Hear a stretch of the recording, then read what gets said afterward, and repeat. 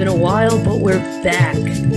College football is started last week. It's coming back this week. We're excited. There's so much going on. Welcome back to Moneyline Media, folks. I can't believe it's been so long, but it has, and we're here. College football is finally starting up again. It started last week, a couple of decent games last week, but nothing compares to the first. Really, this is the first week. I mean, there's just some really good games going on this week, starting with, obviously, Georgia and Clemson, two teams that are in the top five, two teams that have playoff contention on them. And what about Wisconsin, Penn State, trying to both rebound after a tough 2020 season? So there's a lot of games that are going to happen this week. I'm not going to go through them all. I'm just going to give you a couple of my locks of the week. So the first thing I want to talk about is that Iowa-Indiana game. Both coming off very good seasons last year. Iowa has currently the third best odds to win the Big Ten. They usually have an amazing offensive line. Typically, an offensive lineman goes in the first round. Really good tight ends they usually have. Very good defense. And to me, the best tradition in college football with the hospital. And this is a team that I feel very confident about this year. Do I think they're going to win the Big Ten? No, I think that's reserved for the Ohio State University. However, I do think that they beat Indiana. I think Indiana had a good year last year. I don't think they continue that this year. I'm going with Iowa minus 3.5. I know a lot of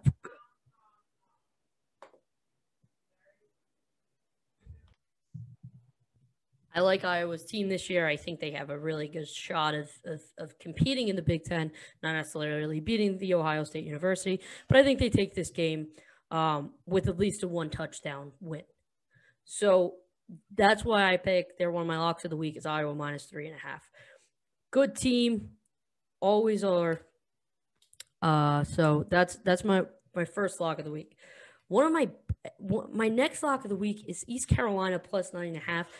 over Appalachian State. Appalachian State and the Sun Belt Division all had a very good year last year. However, they were just competing within the Sun Belt Division. But some big schools emerged. Louisiana Lafayette beat Iowa State last year.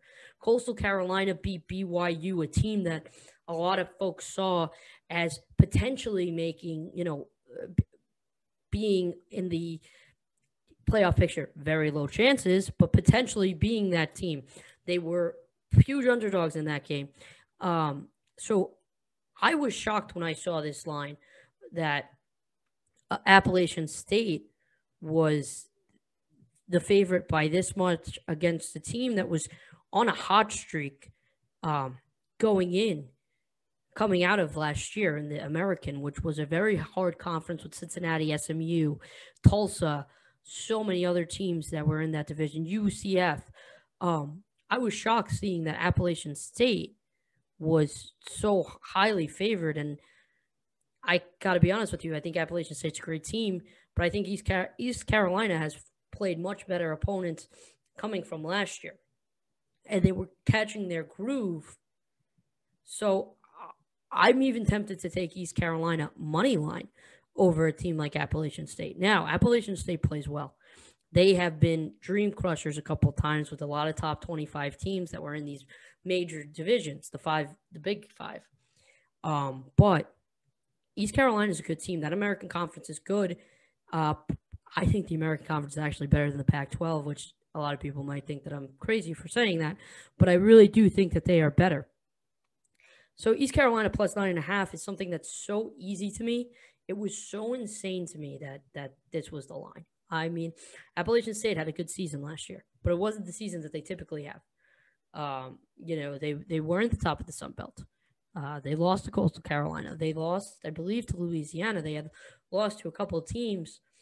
And coming into this year, they're not at the top of the Sun Belt like people would think.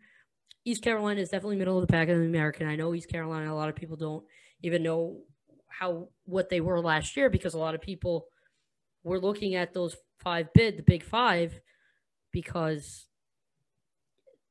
people were playing in their division, which is another interesting fact going into this week, is we're going to see how good these actual divisions are. But, East Carolina is my pick.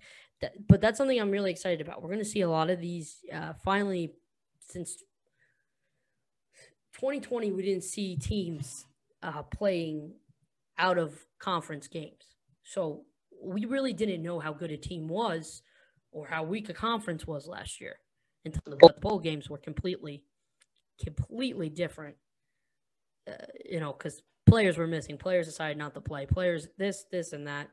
So this is something that's going to be interesting going into, week one, really week one. All right, another big game is the Bowling Green, Tennessee game. Please hide your laughter when I say that. Tennessee is 35.5-point favorites. Don't worry, I am not telling anyone to bet on a 35.5 spread. Can't do that. I mean, anything could happen in a game, and a 35.5-point spread is just insane. But I am going with the under 60.5. Why? Because I watched a lot of MAC games last year. And I watched a decent amount of Tennessee games. Tennessee can play. Their offense is always very good. So I know they can score. And I know Bowling Green's defense isn't very good. So it's very possible that Tennessee can score 60.5 points. But I think playing Bowling Green, they'll need to score at least 61 points to get that spread because Bowling Green cannot score. So I'm going with the under 60.5 in the Bowling Green and Tennessee game. Bowling Green was the weakest in the MAC last year, did not have any wins.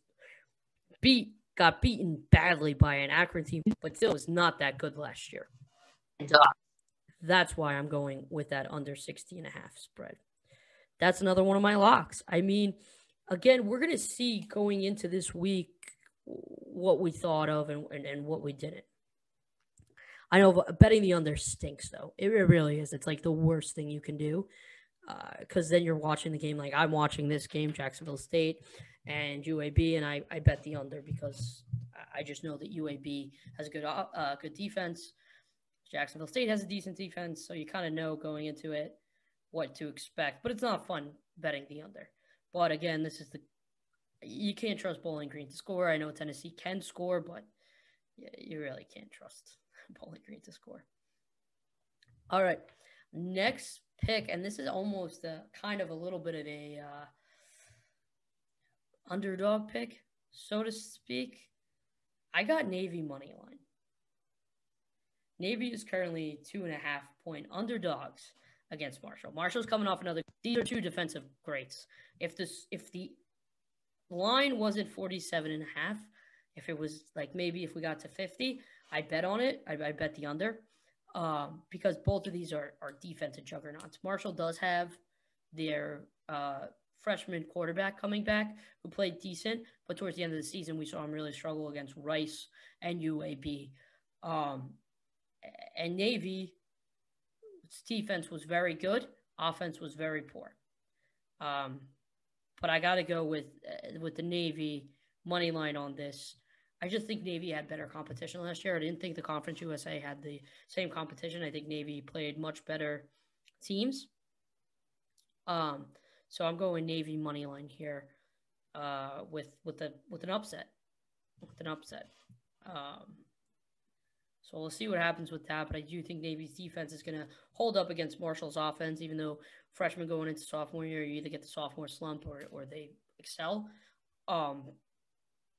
But that's just I'm going based on conference with a lot of these, and I watched a lot of those small conferences, like of the American Conference, which Navy played in last year, and the Conference USA, which Marshall played in. All right, next lock of the night. Syracuse 1.5. This was another line like the East Carolina 9.5 line that I'm shocked about because I watched Ohio play. So Syracuse is playing Ohio, not the Ohio State University, the Ohio University Bobcats, who I watched play last year, and I wasn't that impressed by them. And I watched Syracuse play, not that I was very impressed by them, but Syracuse, again, that higher level of competition. They played really well against Clemson. They have the opportunity to beat any team. That -1.5 line was crazy. I thought it should have been at least 5.5, and that's at least. Syracuse -1.5. That's the hammer. That's really my biggest lock of the night is that Syracuse -1.5. Crazy if you don't go and bet on it right now. There's no way. No way.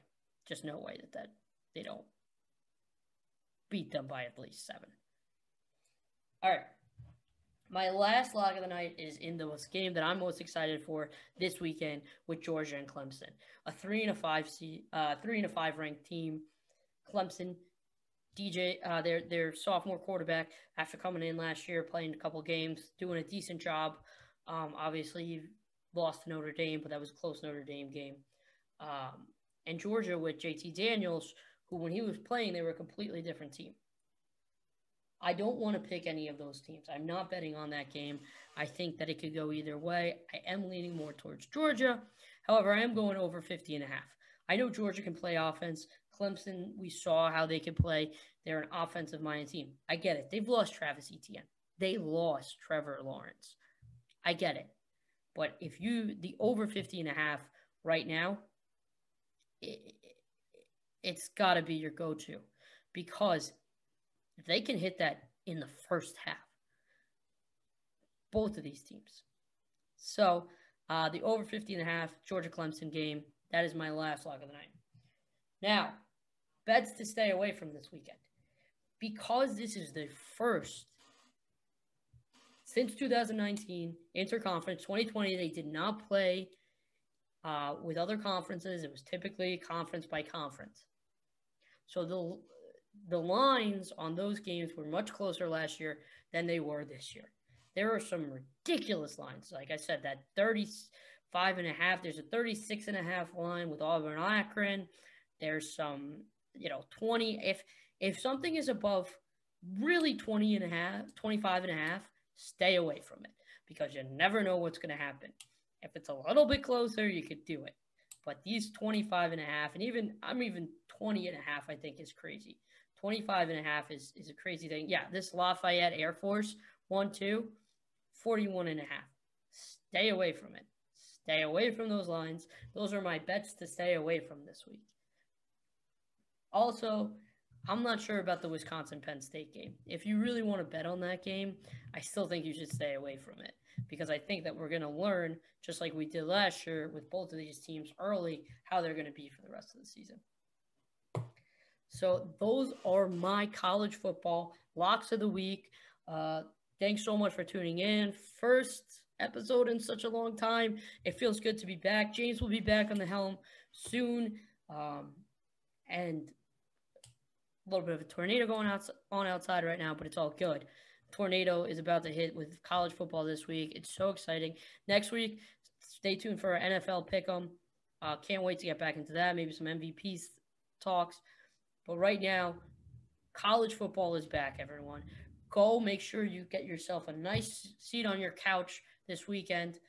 Enjoy every game. Don't be so ridiculous about, this isn't a big conference game, because a lot of those little conferences, the MAC conference is so much fun to watch. But yes, these are my locks of the week. My bets to stay away from. If it's 25.5 spread, stay away from it. All right, guys. See you soon, and enjoy this weekend worth of college football.